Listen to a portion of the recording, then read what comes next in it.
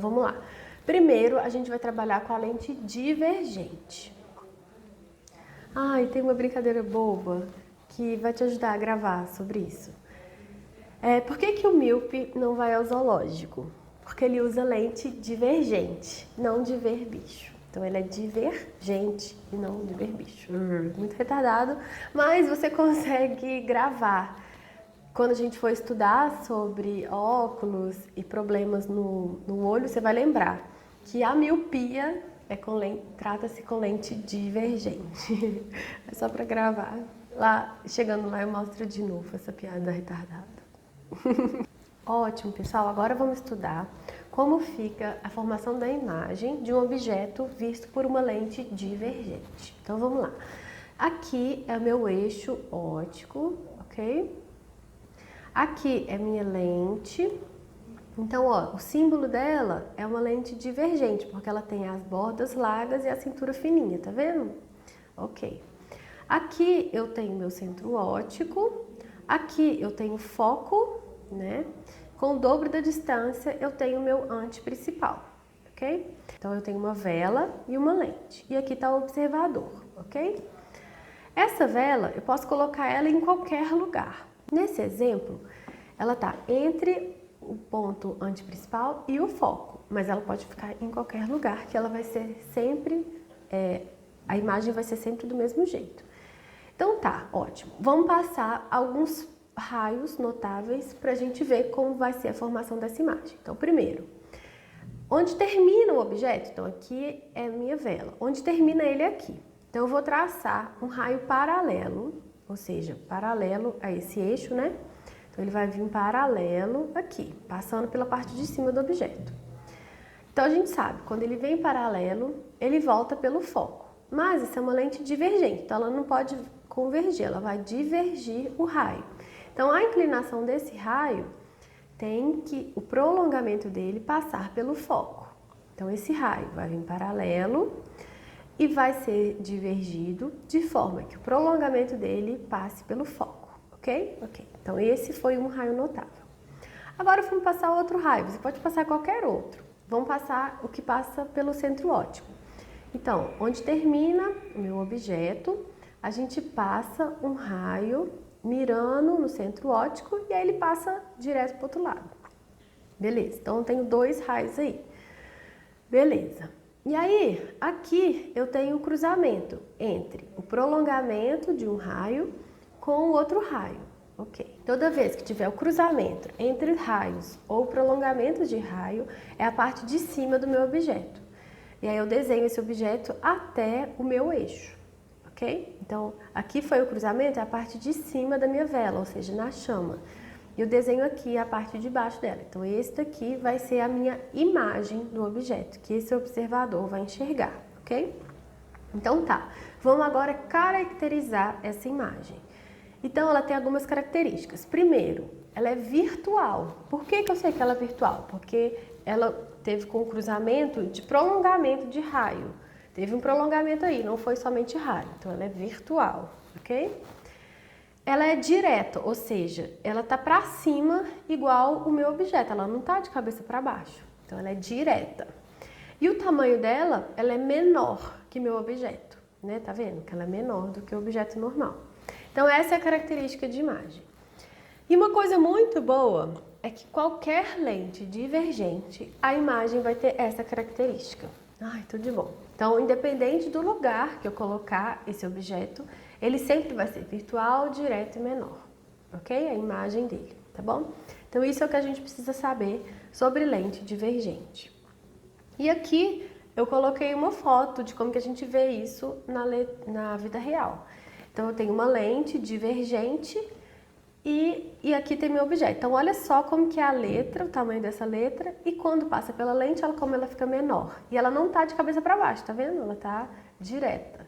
E ela é uma imagem virtual. E aí, a gente tem algumas tecnologias que utilizam esse tipo de lente, né? Como o microscópio, ele pode utilizar esse tipo de lente. Uma luneta, também que a gente utiliza para ver planetas, né? Lua e tal. E também binóculo. Mas nesses instrumentos ópticos a gente não usa só uma lente, a gente usa às vezes mais de uma. E a junção delas me dá uma imagem que eu preciso, ok? Então esses instrumentos utilizam essa lente, mas às vezes não apenas ela, tá bom?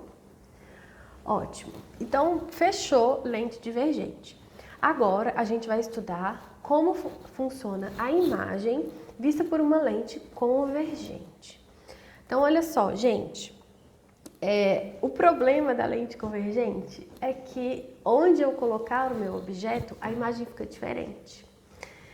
Então, a gente vai estudar como funciona essa imagem em cada posição diferente. Então, vamos lá. Então, primeiro, aqui está minha lente convergente, né? Essa distância é o foco, o dobro dela é o meu anteprincipal, né? Beleza. E aí, o que eu vou fazer? Vou pegar esse objeto e vou colocar além do ponto anteprincipal, ou seja, lonjaço, tá bom? Muito longe, aqui, meu objeto aqui, AB. Beleza.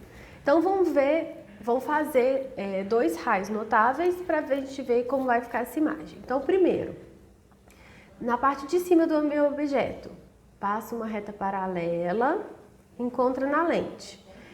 Então, raio paralelo volta passando pelo foco. Então, só que como é uma lente convergente, ele vai convergir. Então, ele vai pelo outro foco, ó.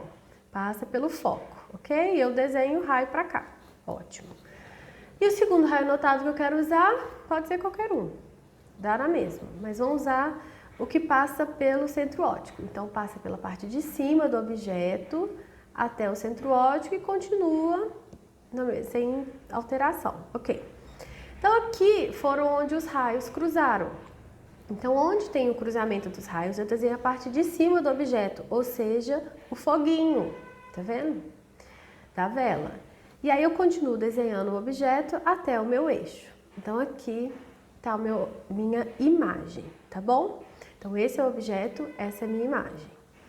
Então, vamos caracterizar essa imagem. Então, primeiro, ela é feita com cruzamento entre raios e não prolongamento? Sim. Então, essa é uma imagem real. Ok. Significa que ela pode sim ser projetada. Ela está invertida? Ficou de cabeça para baixo. Então, é uma imagem invertida. E ela é menor? Sim, ela é menor. Então, outra característica dela, real invertida, menor. Samira, como que eu vou fazer para decorar isso? Você vai desenhar.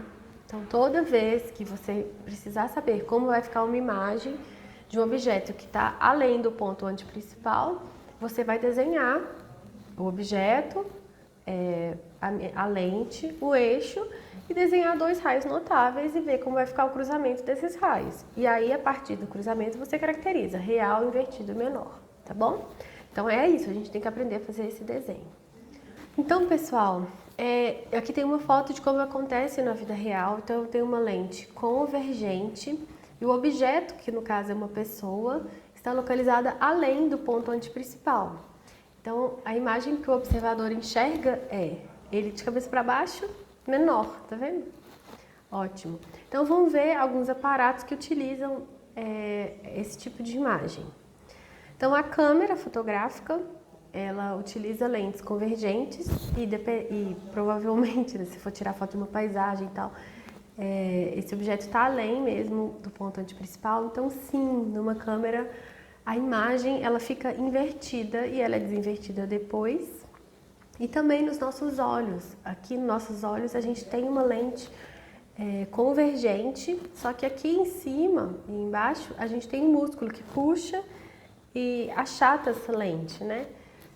Para poder mudar a distância do foco e sempre projetar essa imagem na nossa retina, que é o fundo do nosso olho, né?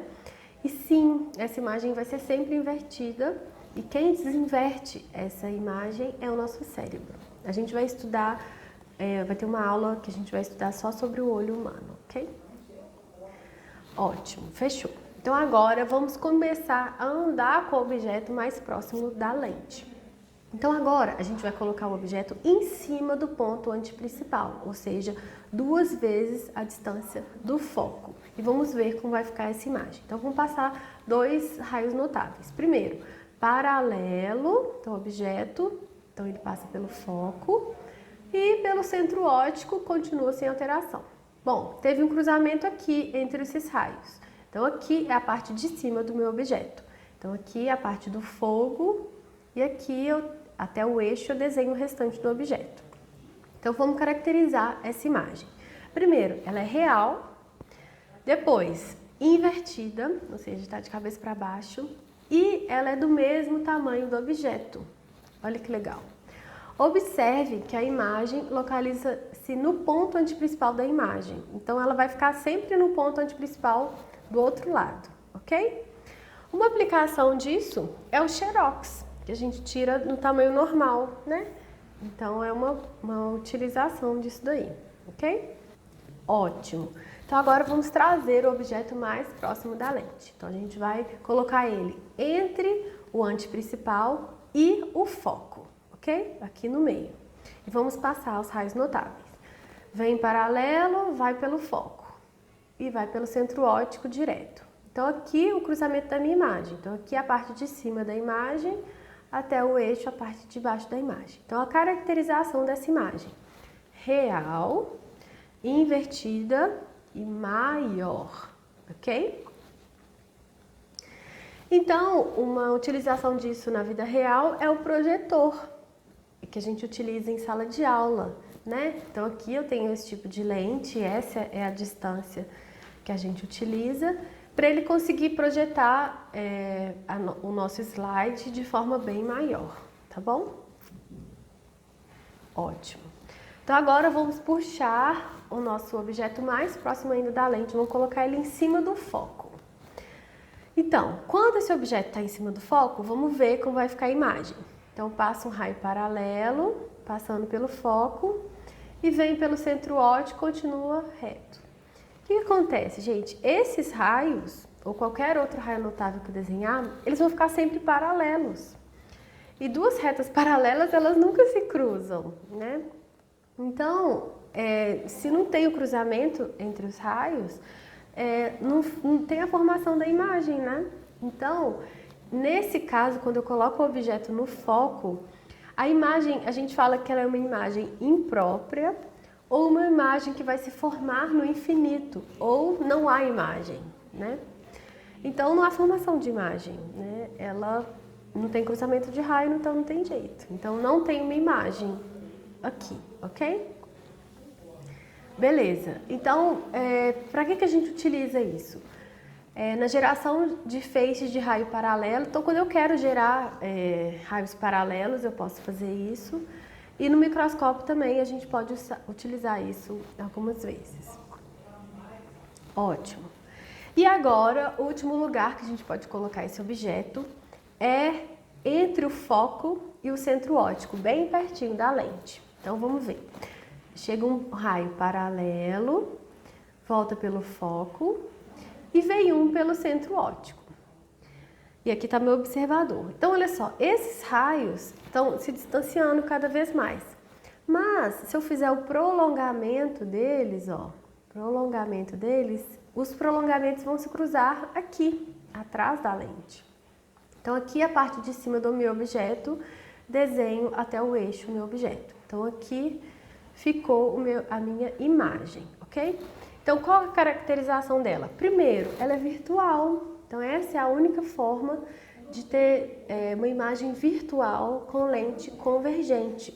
Por quê? Porque ela é feita com prolongamento dos raios e não com os raios em si, tá? Então, ela não pode ser projetada, tá bom, gente? Então, ela é virtual e ela é direta.